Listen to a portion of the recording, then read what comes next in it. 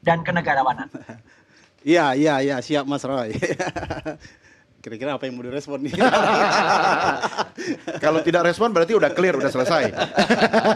Iya, iya. Jadi gini, jadi tadi memang saya dilibatkan ya, diundang oleh teman-teman tim kuasa hukum Jokowi gitu ya, untuk ikut ya memberikan pendapat juga ya pada kasus ini ya. Jadi awal mulanya sih bagaimana sih sebenarnya gitu kan? Nah, awal mulanya kan ada yang apa namanya, yang merasa dirinya ahli gitu ya, Siapa maksudnya? memberikan pemaparan ya, ya mungkin Pak Rismon sama Pak Roy Suryo ya, Ya. itu memberikan pemaparannya di depan publik gitu ya, menuduh bahwa ini palsu dengan bukti-bukti yang menurut mereka itu bukti, ya kalau menurut kami itu asumsi gitu ya. Jadi harus dibedakan ya. Kalau memang digital forensik, ya, kalau memang mereka menyatakan dirinya ahli digital forensik, ada SOP-nya, ada prosedurnya, dan itu sangat ketat. Ya, apa sih yang bisa diforensik oleh ahli digital forensik? Itu hanya objek-objek digital. Tidak perlu objek atau barang analognya.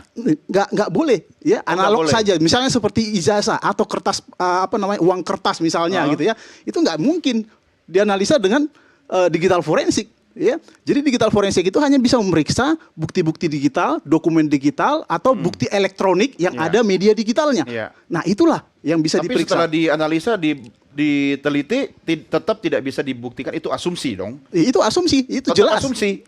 Maksudnya bagaimana? Setelah diteliti secara digital, ada hasil, masih boleh dikatakan itu asumsi atau Asumsi, ya karena itu bukan prosedur yang benar. Ya, karena ahli digital forensik dia tidak punya kemampuan untuk menganalisis ya dokumen-dokumen analog yang lahirnya secara analog ataupun fisik. Karena ijazah ini kan lahirnya secara fisik. berarti artinya nanti hasilnya bisa berbeda dong antara digital dan analog. Ya pasti berbeda. Gitu ya. Itu makanya temuan-temuan mereka itu tidak punya dasar sebenarnya, gitu ya. Nah, laboratorium forensik di Puslapor itu sudah melakukan pengujian yang benar. Ya, Karena mereka secara fisika, secara kimia, secara analog juga. Secara analog. Tanda tangannya non digital. Ya, karena memang itulah metode forensik dokumen yang benar. Ya, bukan menganalisis gambar yang ada di media sosial ataupun yang bahkan kita foto sendiri. Dokumen-dokumen yang saya foto sendiri, dokumentasi saya sendiri, nggak boleh saya lakukan analisis termasuk juga. Prosedur dalam melakukan penelitian tetap harus dipatuhi, begitu SOP-nya dan seterusnya. Ya, kalau ada yang dilanggar tidak boleh dijadikan barang bukti. Otomatis. Akan tidak valid sebagai barang bukti di pengadilan. Yang dibawa oleh Mas Roy, Bang Rismon dan teman-teman pada hari ini menurut Anda seperti apa? Tidak valid sebagai barang bukti. Mereka hanya mungkin bisa dikategorikan petunjuk-petunjuk dan itu diuji ulang oleh Puslapor. Nah, soal yang mencotot tadi kata Mas Roy itu gimana? Itu hanya asumsi. Kenapa? Karena yang dibandingkan kan kopian-kopian. Mereka tidak melakukan apa namanya, pengujian yang sebenarnya gitu ya. Jadi bukan bukti analognya yang mereka uji, tetapi dari hasil scan, ada yang sudah diupload dan seterusnya. Termasuk juga tadi analisis ELA gitu ya dan seterusnya, dan itu sangat tidak berdasar. Tidak ada ahli forensik ya yang kita tahu menganalisis dokumen analog menggunakan ELA. Apa sih ELA? Ya, error level analysis itu hanya bisa mendeteksi ya tempering atau editan pada file-file digital, dokumen-dokumen digital.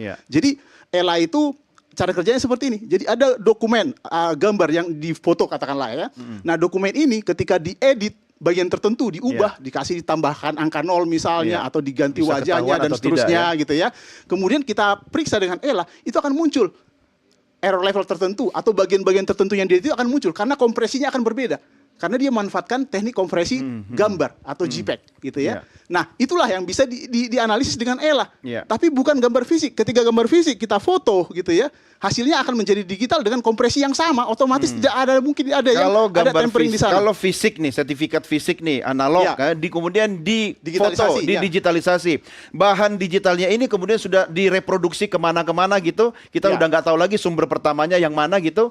Itu bisa saja jadi pintu kesalahan melakukan digital forensik, begitu. Itulah kekeliruan. Apakah itu yang Anda yakini yang dilakukan oleh Mas Roy, Bang Rismon dan teman-teman? Saya sangat meyakini itu, apalagi yang dianalisis itu ada yang berupa fotokopi ya kan, dan seperti itu. Nah, begini, jadi ketika misalnya gambar sudah diupload ke media sosial, melalui WhatsApp atau melalui Facebook atau melalui Instagram segala macam gitu ya, itu pasti akan melakukan kompresi. Semua aplikasi-aplikasi media sosial itu melakukan kompresi ulang. Sehingga ketika kita lakukan analisis ELA itu akan mustahil untuk ditemukan bagian-bagian diedit. Ketika kita melakukan pemeriksaan digital forensik, ada file-file yang diedit, kita harus menemukan file original yang diedit itu. Jadi tidak mudah prosedurnya. Kita nggak boleh menganalisis data-data yang ada dari media sosial terutama yang dikirimkan oleh orang sembarangan.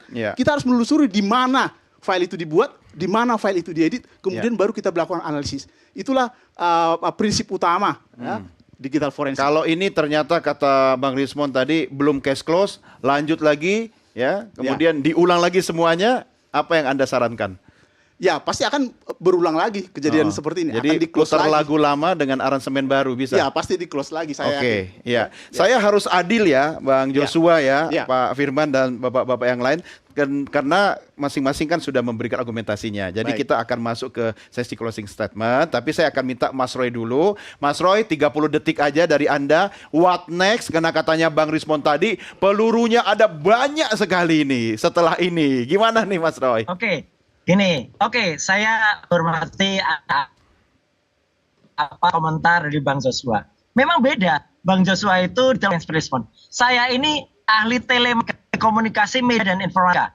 Pengetahuan mulai dari fotografi, videografi, kemudian editing dan lain sebagainya. Dan itu juga termasuk ketika saya dulu mengajar di Institut Seni Indonesia, kita menganalisis gambar-gambar yang itu gambar fisik ya, bukan. Jadi oke lah saya hormati. Hanya saya tadi nunggu banget tuh Bang Joshua. Kalau Anda punya presentasi. Tapi ini Bang Doni, saya ini jujur aja. Tadi Bang Joshua tuh tidak presentasi sama sekali gitu loh. Jadi nggak ada file yang dipresentasikan.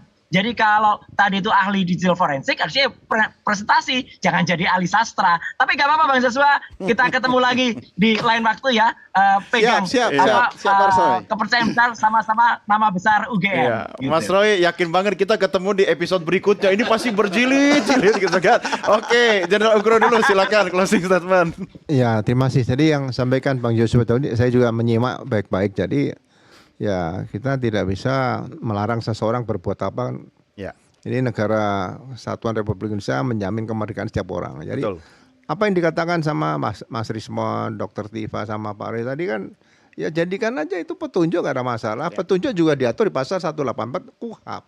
Jadi kita tidak bisa melarang seseorang. Justru yang harus membuktikan adalah alat negara penegak hukum sesuai hukum acara pidana tadi. Ada penyidik, ada jaksa penuntut, ada hakim pengadilan di situ. Jadi ya biarkan ini berlangsung. Yang jelas semua harus ada kepastian hukum. Nah, bagaimana mencapai kepastian hukum tadi?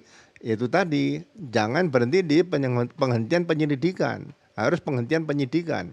Penghentian penyidikan masuk ke berdasarkan SPDP, laporan polisi masuk ke pra-peradilan. Pra-peradilan tidak puas, gugat, ada novum, dibuka lagi. 5 tahun, 10 tahun nggak ditemukan bukti baru, buka lagi. Begitu jadi, terus. Memang ini hukum di kita gitu. Jadi mari kita terima, silakan nanti berproses menurut hukum apa adanya. Jadi ya masyarakat yang menilai lah. Saya juga tidak bisa mengatakan saya benar, Mas Firman benar, apa? Prof benar terus Pak Yusuf benar juga, kita nggak bisa mengatakan saya salah juga, tidak boleh saya mengatakan seperti itu. Itu saja saya sih. akan usulkan ke produser saya, kita buat program khusus merah putih spesial edisi ijazah. Ijazah siapapun nanti kita bahas di sini ya. Bang Fikar silakan closing statement. Ya, saya kira ini kan sebenarnya gini, wajar saja terjadi perdebatan antara kepala negara dengan warga negara, dengan masyarakatnya. Dan ini terjadi di beberapa negara juga, ya, beberapa negara, Nigeria, di Bulgaria, ada di banyak negara presiden yang ijazahnya dipersoalkan oleh warga negara. Menurut saya itu wajar saja, gitu ya, karena memang itu haknya warga negara, gitu.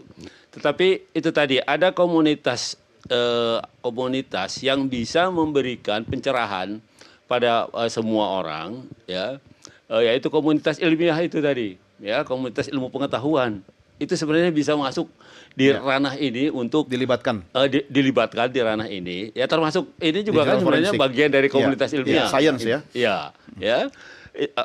Karena pendapatnya based on science juga kan begitu, ya.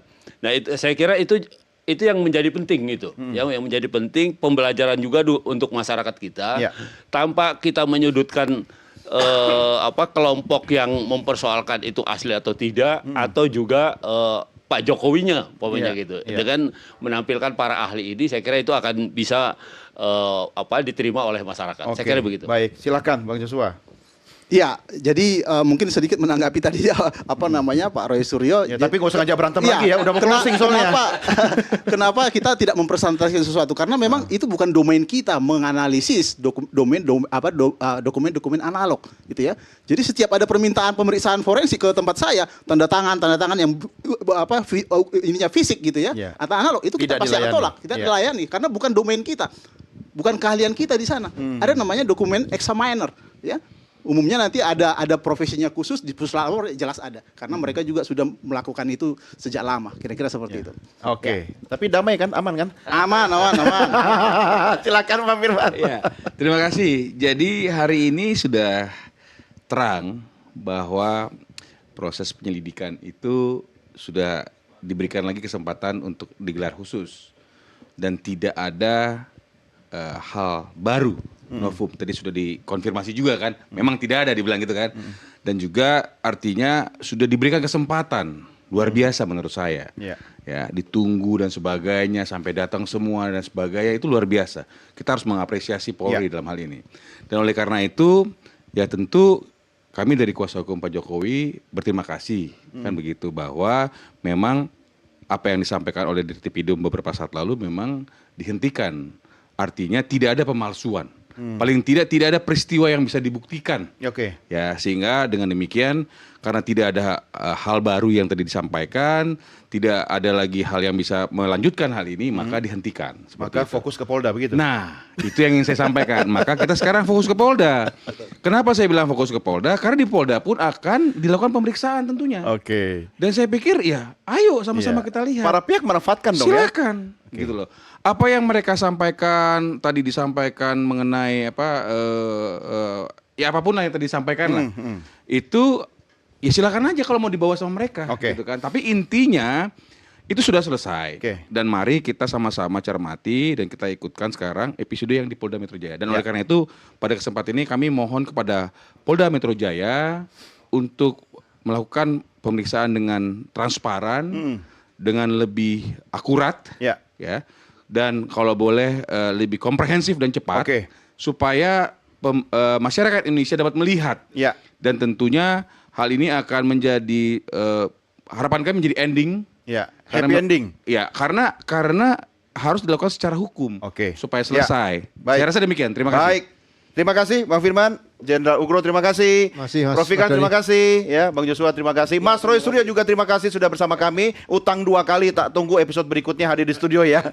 Kita akhiri sampai di sini Merah Putih. Saya Doni The Gazer, terima kasih, sampai jumpa. Merdeka.